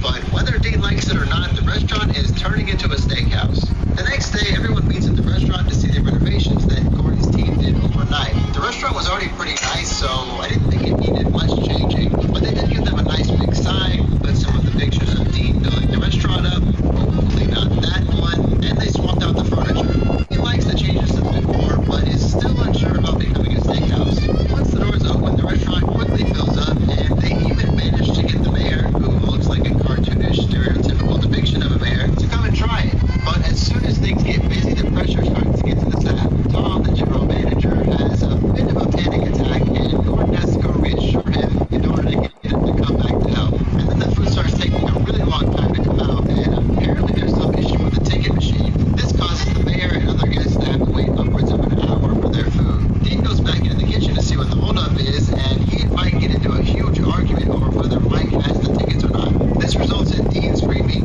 read the fucking ticket, what the fuck? And there's a shot of all the customers in the dining room looking over toward the kitchen like, what the hell was that? If I don't receive a steak within the next 5 minutes, I'm shutting down the orphanage. But after that, Gordon manages to regroup the staff, and they manage to get through the service okay. Despite the setbacks, the food that went out got pretty high praise from customers. And at the end of the episode, they hold some local events to advertise the restaurant, and they even convince the news to come out and do a piece on them. And lastly, Gordon gives the staff an end of episode pep talk where he tells them to keep working hard, yada yada yada. And it seems like Dean has come around and the restaurant is on track for success. But if you watch this channel, then you probably know better than to take the show's narrator at his word. Okay, I'm back. They actually did a revisited episode in 2008 where Gordon returned to see how things were going. He shows up to find that Dean now has a sweater vest. But not only that, he's in really good spirits and he reports that business is up 25 to 30%. Dean admits that he is still working on paying off his debt, but he's now making progress on it. Dean's wife is also very happy, and so is Chef Mike. Dean is really grateful for the help he's turning the restaurant around, and he gives all the credit to Gordon. But are they still open today in 2023? And what has Dean been up to? Let's start with what I think is the less interesting part of the story, the restaurant. According to this Gazette Review article, the restaurant did stay in business for 2 years after being on the show. But in 2009, Dean sold it to new owners. Normally I trust these Gazette Review articles, but I have to be honest, there are some basic facts that are wrong in this one, and the whole thing just feels kind of amateurishly written. For one thing, they can't figure out what the owner's last name is. They keep calling him Dean Bichon for some reason. His name wasn't written anywhere, and I think in the early seasons of the show they just didn't include the owner's last names. But he did say his name at least once in the episode, although it was hard to hear what he said. But it sure something sound like Bichon. He's really Italian, and Bichon is like a French name or something. In the episode, I thought I heard him say Lorenzo, but his name is actually Dean Marazzo. Again, I have no clue where they got Bichon from. And there's this typo here. This turnaround would not have been possible without their appearances on Bichon Kitchen Nightmares and Ramsey's Invaluable Advice. Why did they put that there? Did they just want to put that incorrect information one more time? Anyways, all of that aside, RealityTVUpdates.com also says the restaurant was sold, and they say it was sold to the DiNapoli family. Yeah. Changed to DiNapoli Stoneville. They also claim that I'm just sitting here waiting to I did find a Yelp page messing for around with the DiNapoli music. Stoneville in the same location Yo, as the what? previous restaurant, so I think we can assume Messing around with the Mew Obviously, statue. we don't know Dean's reason for selling the restaurant. It could be that it was losing money again, or maybe it was doing fine, and by selling the restaurant, Dean was able to wipe out all of his debt and start over. But it looks like Dean wasn't done with the restaurant game for good, because according to this article from Patch.com, he decided to open another Italian restaurant in July of 2011. This one was called Siena Italian Trattoria, and as you can tell, it was also an Italian place. But this reality TV updates article also claims that Siena Italian Trattoria also closed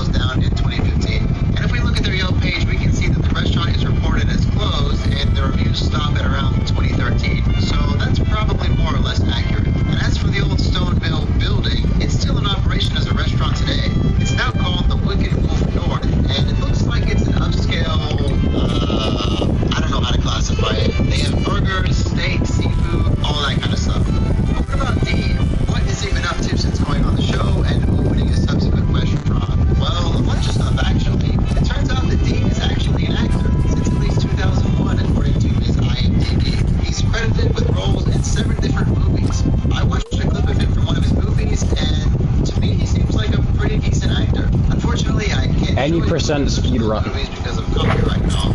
I also found several articles claiming that Dean went on the Ellen DeGeneres show and Jay Leno in order to promote his restaurant, but I couldn't find any evidence of that. I couldn't find a single clip of it anywhere. I even looked at a list of every guest on the Ellen DeGeneres show, and he was not listed on there. Maybe it was just a really short appearance that no one bothered to record, but I don't know. If someone watching this has it recorded on their DVR or something, then please let me know in the comments. But something else I found out about Dean is that he was apparently the host of a hunting show called Suburban Adventures with Joe and Dean. This was a huge surprise to me. Dean did not strike me as the hunting type. When I hear the title Suburban Adventures, I imagine Dean wandering around people's neighborhoods in full hunting gear looking for deer. And despite the fact that the title says with Joe and Dean, there's actually 3 hosts. I guess they didn't like that other guy enough to put him in the title. I was only able to find a single promo trailer for this show, which I'll link down below. But I couldn't find any clips of the actual show, or any episode lists, or any mention of what years the show aired for that matter. Multiple sources claim that the show was aired on the Sportsman channel, but there was no mention of it on their website. So it might be the case that they shot a pilot for the show, and it just never got picked up or something like that. I did find a Facebook page for the show, and they have several pictures of the hosts hunting. Hang on, I'm getting a So I assume that if the show did actually air, it was probably in or around 2011. Dean also started a YouTube channel in 2021 called Cigar Talk with Aaron and Dean that I will also link below. As you can probably guess, it's a podcast-style show where the hosts, Aaron and Dean, try and talk about different cigars. The series is still running to this day, but I want to take a brief look at the Old Stone Mill's Yelp page and see what people thought about the food before they sold it. There wasn't a Yelp page specifically for the Old Stone Mill, but there was one for Denapolis, so I think what they did is they took the Old Stone Mill Yelp page and they just changed the name to Denapolis. You can see that the reviews go back to 2007, which is when it still was the Old Stone Mill. Unfortunately, there's only one review from the time when Dean still owned it. They gave it 4 out of 5 stars and said it was worth the trip. But the reviews from after it became Denapolis aren't great. There are a lot of 1-star reviews, and they complain about slow service, bad food, rude owners and staff, and the kitchen refusing to remake orders that were not properly cooked. There are a few 5-star reviews that say that the food is good, but in my opinion, when I see that many 1 stars, it should tell you something. But again, to be clear, Dean did not own the restaurant at the time of these reviews. At Dean's second restaurant, Siena Italia Tartaria, the reviews are much better, although there are fewer. Out of 5 reviews, all are 4 and You ever heard Capitano say Tartaglia? The guy admits that he didn't What do you even say try to the food and is just Tartaglia? complaining that they don't have free Wi-Fi. He emphasizes the way he says he goes Tartaglia. So I guess we'll never know why He does? closed down either. Yeah, I've heard a leak thing of him saying it like that. A leak clip of him saying that. Yeah, and I was laughing my ass off because all I could think of is like this big buff robot man just going Tartaglia. Oh my god. Like a random supervillain in the 80s after he's been punched and thrown off a cliff. He's falling to his doom. If it doesn't make its way into the game, I'm gonna be really upset. Who knows?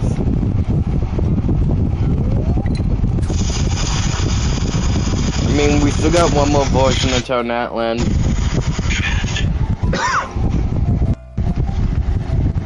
What I gotta say about that one? That's what that one's gonna be. It's gonna be water. It was featured on the reality TV show Kitchen Nightmares. Water.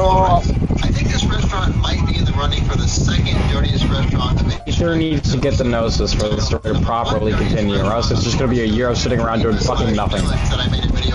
While the Fatui just win. This is us going around doing events for Primos and losing all 50-50. But they didn't have enough money to open the second restaurant, so they ended up using a lot. Yeah, while the Fatui gets world domination. After being open for only 18 months, they are already $850,000 in debt. Maybe that's the thing. We just we just trap all the Fatui by winning all 50-50s on them. You can't do shit.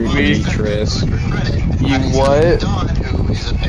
You want to shoot Demetrius? Okay, that sounds like a hate crime, Gavin. The second I marry Sebastian. It's not. I just hate him in general. And immediately notices the ugly interior design. I mean, he's pretty bad considering, like, he just keeps Sebastian in the basement and does not give a fuck about his own, like, adopted son. Well, not adopted, but, like, his son-in-law. Well, I don't fucking know. His stepson, that's the word. I really butchered stepson, didn't I? There's no way they have someone sitting there guarding the entrance and checking people's IDs. Yeah, you also butchered your Wi-Fi. Just run in, fill up a little cup, and It takes 4 minutes to pick something up over here. There has to be some kind of health code violation or something being broken here. Next, Gordon sits down and tries the food, and to no one's surprise, he hates it. He also notices that the menus and cups are the same ones from the previous restaurant that Vic owned, and he just stuck stickers on them with the new restaurant name. He even admits using pretty much the exact same menu and everything from the previous restaurant. So the last one failed, and he basically just picked it up and moved it somewhere else and did the exact same thing again. Here's some really good life advice. Learn from your mistakes. If you try something and fail, then try to figure out why you failed. Then do it again. Do it again. There's nothing wrong with failing as long as you learn from it and improve the next time. Anyways, after I have a feeling that video you're watching is gonna get me a copyright strike. Fish, chicken, and beef that's been stored in Nah. and he witnesses a waiter taking What do you mean, nah? chips from a table and Nah. Can you even hear me? Yeah. When I've gone to a really cheap fast food place and they handed me a No. drink or something Well, that I didn't order, that and they sucks. just let me keep it and refuse to Okay, take it well, back. it's. That's because it's a really bad idea. I want to take something stream, from but one like, customer to whatever. another. It's not like anyone's watching this, so I should be fine. They're gonna be really confused in the audio though. It's like over here where it's just us talking and they just hear kitchen nightmares in the background. That's how we win. We just lure them in with kitchen nightmare videos.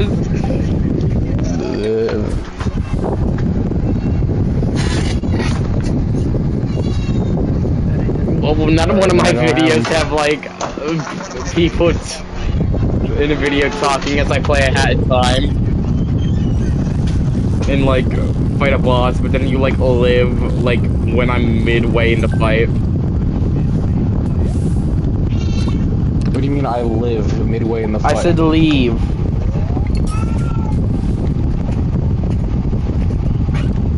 Wow.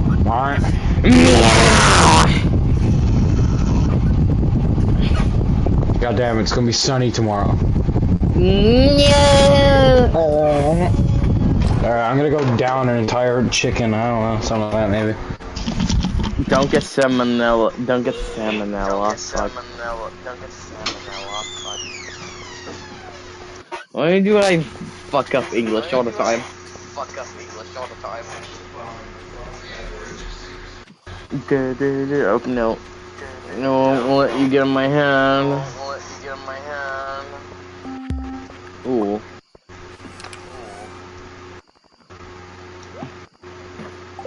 Actually, why I don't need. Wait, fuck. Don't need you guys.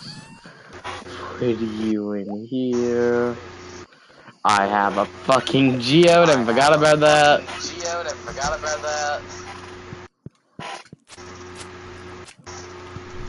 I should be making wine now that I think about it. Can get some money.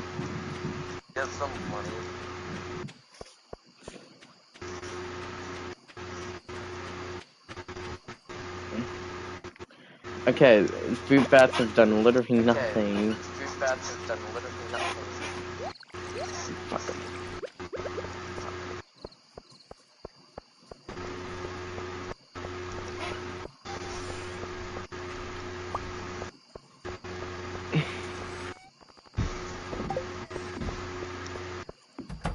I am Batman. It's one of the best Mr. Bourne lines ever. I am Fruit Batman.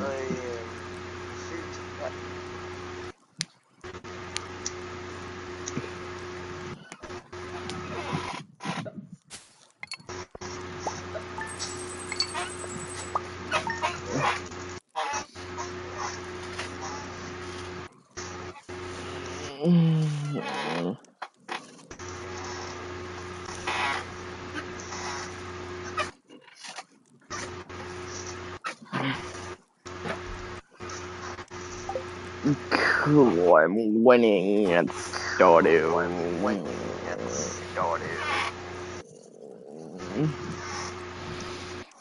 Fan. Oh.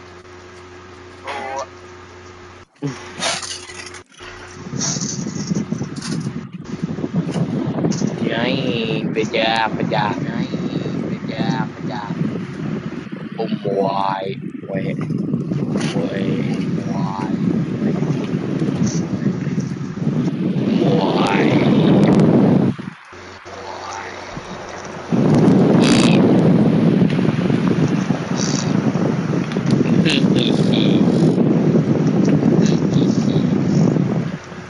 Oh, fuck my fan.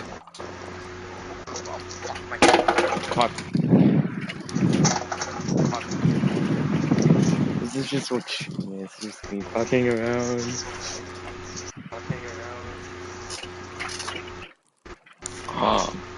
Oh no!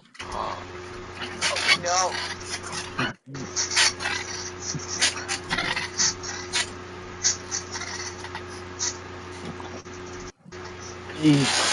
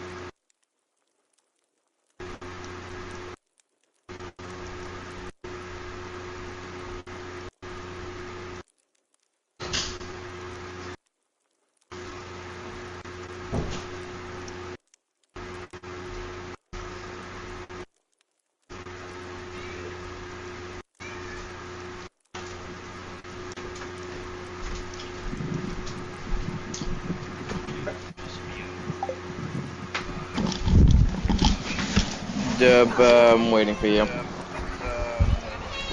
I'm here. Cool.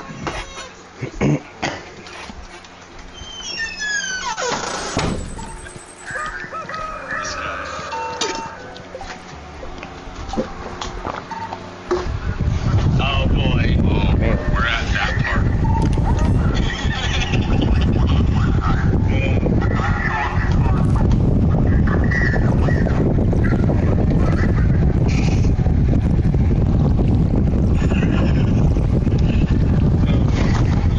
Oh yeah, they use a firing squad formation on Funtime Foxy. What?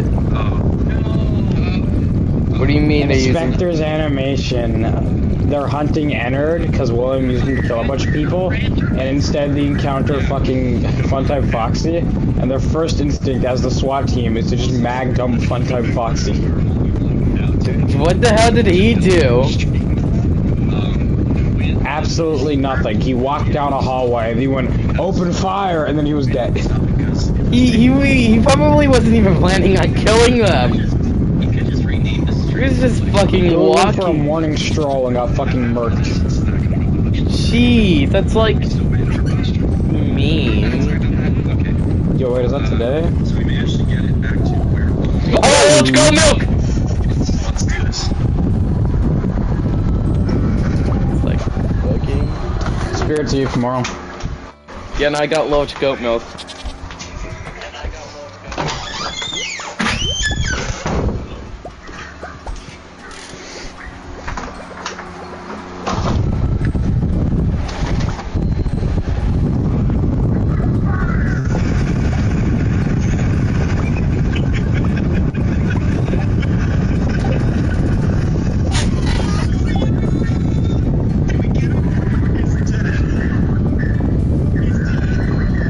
Full Fortnite Foxy died by taking a morning stroll. Dude got mag dumped by 4 box mags. Who was just taking a And a morning grenade. stroll? He was got a just- grenade and every bullet under the fucking sun thrown He out. was just walking through the place, wasn't he? It was just, And then it's the a guy- and then lovely one of day the- to walk down the street. If I yeah, ever stop yeah, singing, and- I will explode. You know, I will explode. Yeah, and then Ennard mauls a guy to death in front of them. It's like, you killed my friend.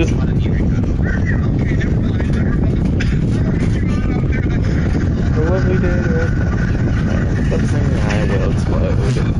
Fuck. Adrian's not there. Adrian's not in either. Okay, never mind, never mind. He was not there.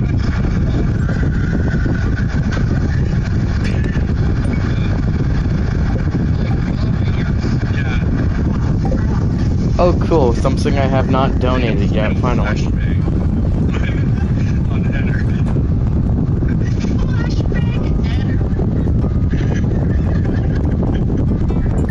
Do you see why this is one of my favorite pieces of FNAF media? That's what I'm Full Funtime Foxy. I swear that should be a hate crime on what they did to Funtime Foxy. He was just walking down the You street. think that's bad? They threw a flashbang at Ennard and then mag dumped him as well, but Ennard got away. There's like all this blood and death going on inside. These guys are I mean, Anna killed someone, so like understandable. But Ennard Funtime killed Foxy, multiple. Funtime Foxy was just walking down the street basically, and he just got multiple rounds to the chest. Fuck, I went the wrong way. That's not the way I was gonna be going. Oh yeah, Ennard uses a breaching charge in this.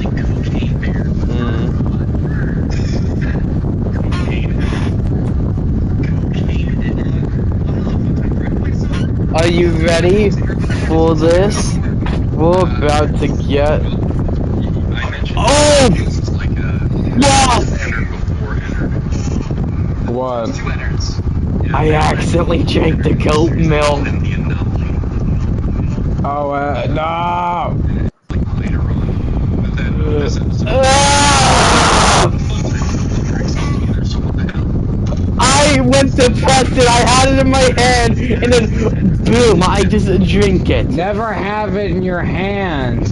I thought we learned this with you before. No.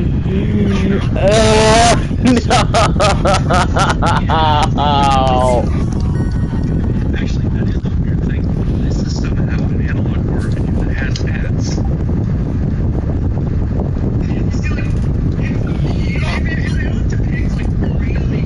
So, you want to own up to it, or am I just gonna or did I convince you enough of me being sarcastic? I thought we've been through this before. No, I could tell you I was knew. able to check the thing. Logan, I was looking at the thing as you donated it. I could tell you knew. I was just fucking joking. I straight up hit you with the, let's see if I can act this out. No, I knew you were acting it out. I fucking saw it too. I just decided I won't question it.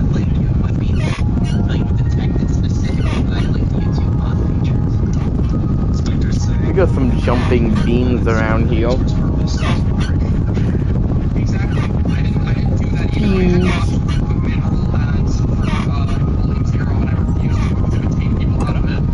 Alright, let's continue. I'm just gonna buy 2 bundles, and then that's what I'm gonna do for whole. No, it's not worth it. He saw the gun, he saw the 10 bucks behind me, he's like, you know what?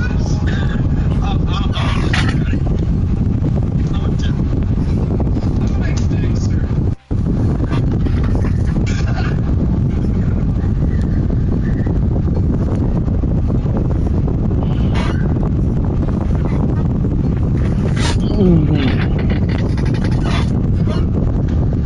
I like that one. Great exclusive voices.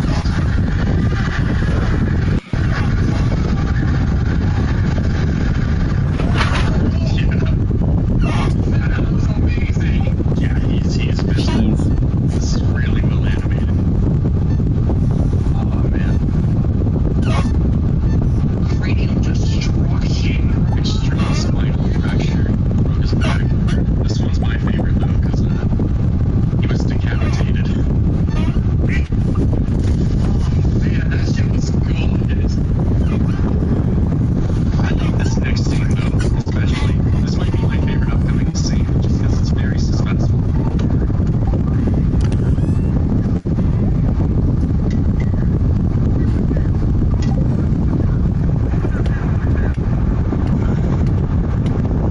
I dare just ask if Freddy actually left because he saw Enter behind him and not because of the villain. Oh, that's a good point. That is a very good point. It is implied. It's implied in earlier videos that the Fun Times do not like Enter.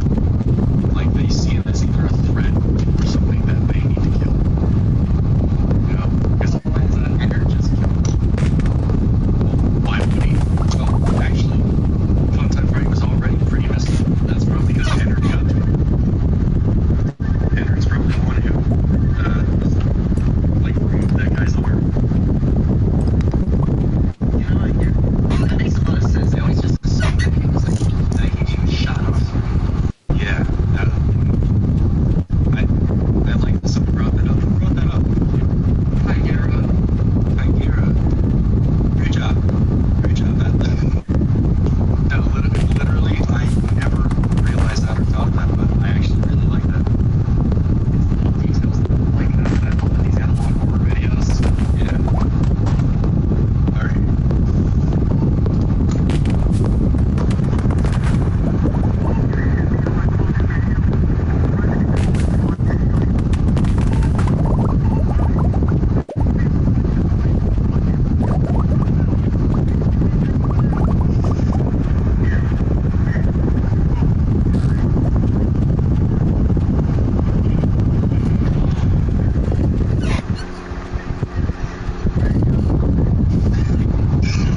Right on. Right on, bro. Let's trap our own men in there. I mean, they're all men. Yeah, but they don't know that. It's your old friend, Neurotoxin. Yeah, see, I like this a lot. Oh, like it's your old friend, Neurotoxin. Like, are they gonna get it in time?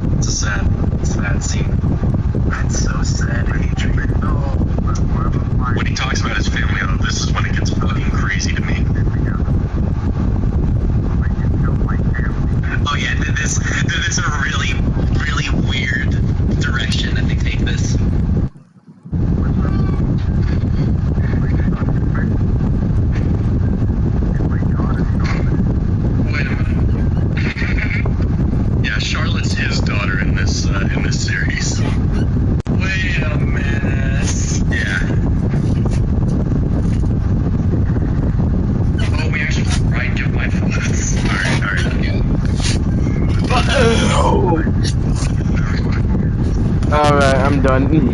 Oh, we actually just Like, yeah. that's and it's going down to the face and thinking I'm gonna explode.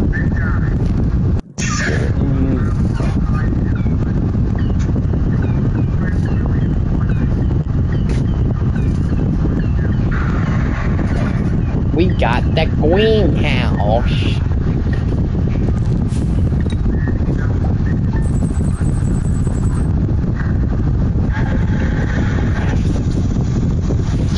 I forgot. That's how they killed that Ennard. Dude locked Ennard in himself in a room and just straight up went, if William's watching, come make his robots a little smarter, pulls a pin on a grenade and runs out of Ennard. Dude suicide bombed Ennard. He literally straight up, he straight up called William stupid, insulted Ennard, went, you ugly bastard, pulled the grenade,